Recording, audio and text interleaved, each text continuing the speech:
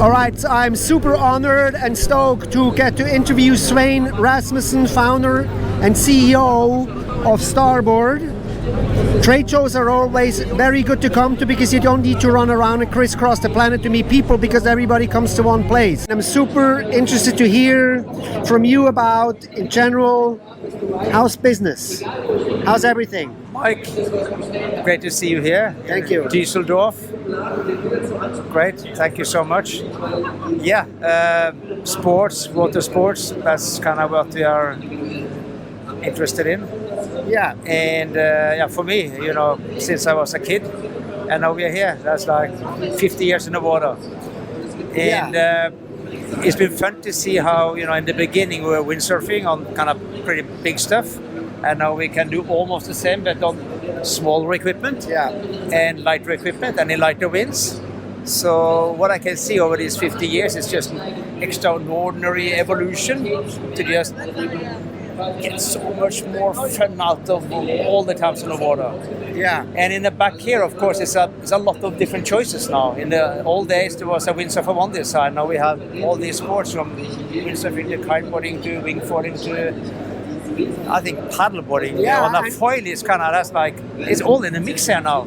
It's just like, you know, what toys should we take? Totally. And Starboard is such a legacy brand, and also always investing into the future, investing into the racing, like SUP racing. Starboard is a powerhouse, and yet you have the time and the power to develop wingfoil one design brand that is just being introduced here.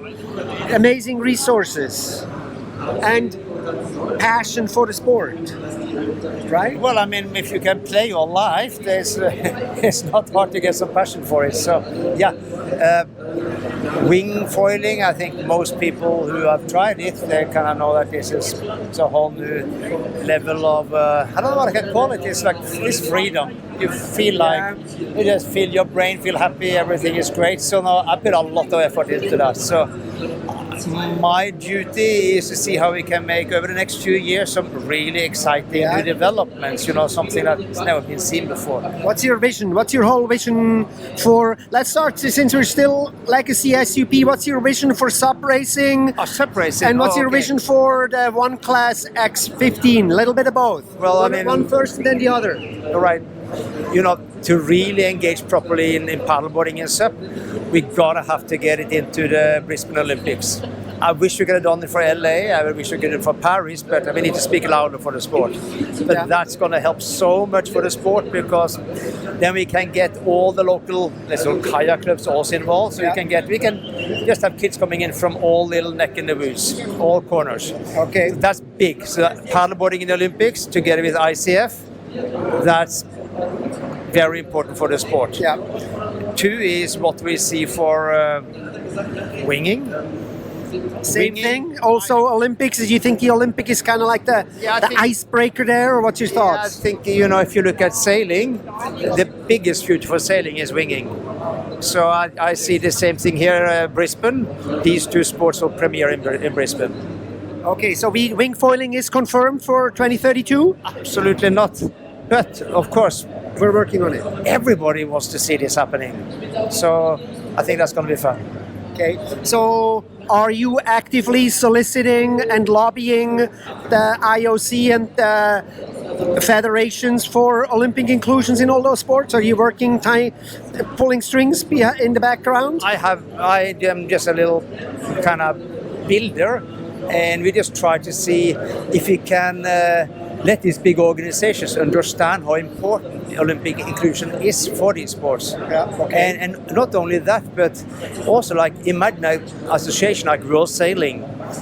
If they can get winging into the Olympics, that's going to just create so much excitement around the whole sport of sailing. And the same for paddleboarding is ICF could get paddleboarding into the Olympics. That was a lot for ICF and everybody that are interested in paddleboarding. So we just need to remind them on the opportunities that they have.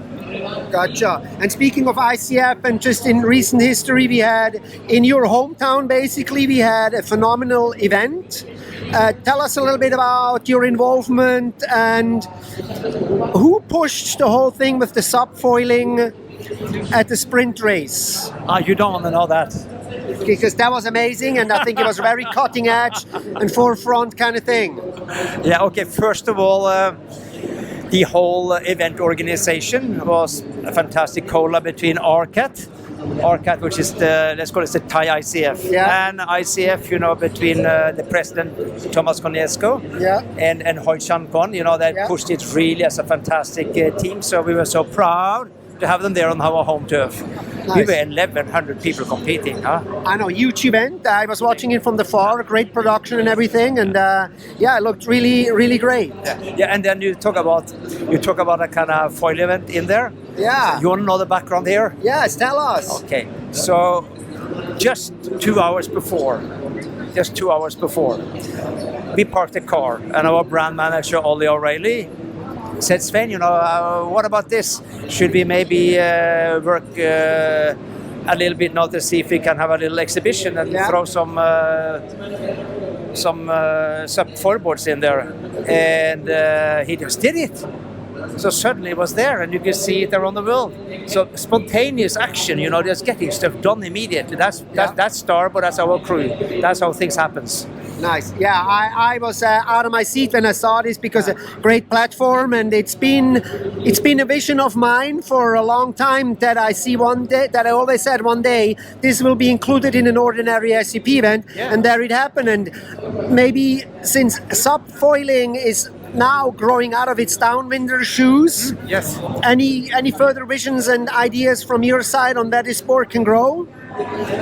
Yeah, it's clear, so I'm almost about half my foot is in the grave already, but I can still paddleboard with a foil on flat water, so I intend to do this forever, which means that it's probably getting more and more low-hanging fruit for all, that we can downwind foil surf. So I wouldn't be shy to think that maybe 3-4 more years of development, that it can really be a fantastic sport. And even flat water, why not? When the gear gets better, it is not only the amazing professional Hawaiians and maybe the Swiss that can do it. I think we all can do this stuff. Push that envelope of design, and then that's going to bring us really far. So Very cool. It's too fun. There's just too much fun. There's fun here at the trade show. It's fun developing product. It's fun talking to you. Yeah. Thank you so much for your insight and your visions. It's been an honor to talking to you. And I think, we just keep following what's happening. Thank you so much. I need to show you something here, though. Okay, let's see. I traveled so far just to show you this one. Yeah. Can you see there's a zipper there? Yeah, I see you have a zipper, a wing with a zipper. Yeah, so you can kind of zip it off and you're half a square meter less, half on each side. Yeah. And of course, we have this kind of double surface. That's something actually we invented 3 years ago. But I got so busy and lazy, I forgot to put it in production. But finally, it's here 3 years later. So, everything happening, this canopy here, is super strong. So what we like to do is just to bring cutting edge stuff to the market and sometimes talk about it. So thank you, Mike. Very interesting. Maybe I'll get to test one on Maui sometime soon. Absolutely. Okay, wink, wink. Maybe we'll do a test video. Winky, winky. Thank you. Thank you.